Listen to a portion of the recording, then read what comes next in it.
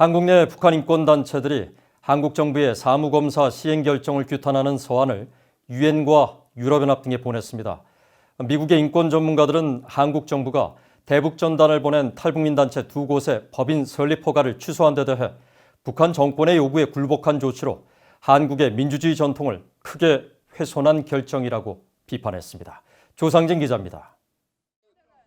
전환기 정의 워킹그룹과 북한 인권시민연합 등 한국의 대북인권 관련 21개 단체는 19일 유엔 북한인권특별보고관과 유럽연합, 각국 외교 관계자들에게 한국 통일부의 비영리 등록법인 사무검사 방침을 규탄하는 공동 서한을 발송했습니다.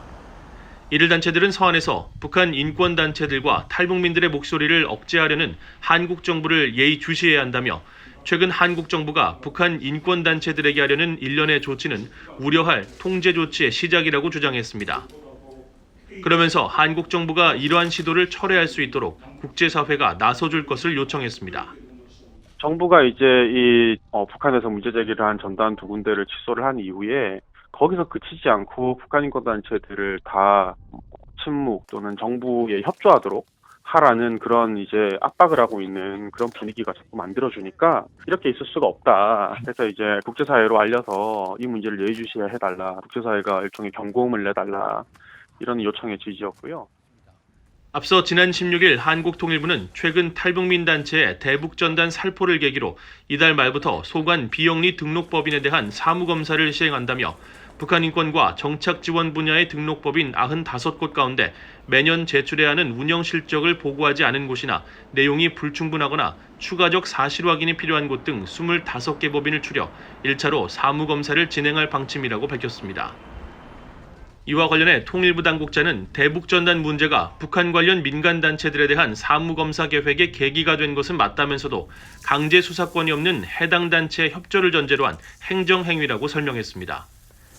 최근 이 같은 한국 정부의 이딴 대북 인권단체 관련 조치에 대해 미국 정부에서 북한 인권 문제를 전담했던 전직 관리와 미국의 인권 전문가들은 한국 정부가 정책 결정 시 지켜야 할 원칙과 민주주의 가치를 모두 위반했다고 지적했습니다. 로버트 킹 전 국무부 북한인권특사는 한국 정부가 대북전단 풍선을 금지하겠다고 신속히 발표한 것은 한국이 그저 북한의 요구에 굴복한 것처럼 보인다고 비판했습니다. 한국 정부의 결정이 김여정 북한 노동당 제1부부장의 담화 이후 이어진 점에 주목하면서 북한이 무엇을 요구하든 들어준다는 인상을 주고 아부하는 방식으로 대응한다면 북한을 효과적으로 상대할 수 없다고 지적했습니다.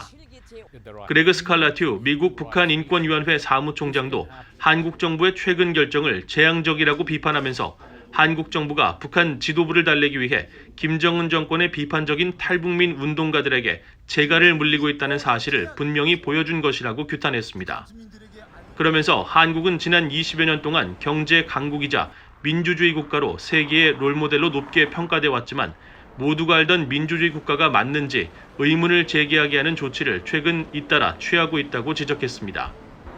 수전 숄티 미국 북한 자유연합 대표는 문재인 한국 대통령이 남북한 사람들보다 김씨 독재 정권을 더 염려하고 지지하는 것을 보여주는 예라고 강하게 비판했습니다.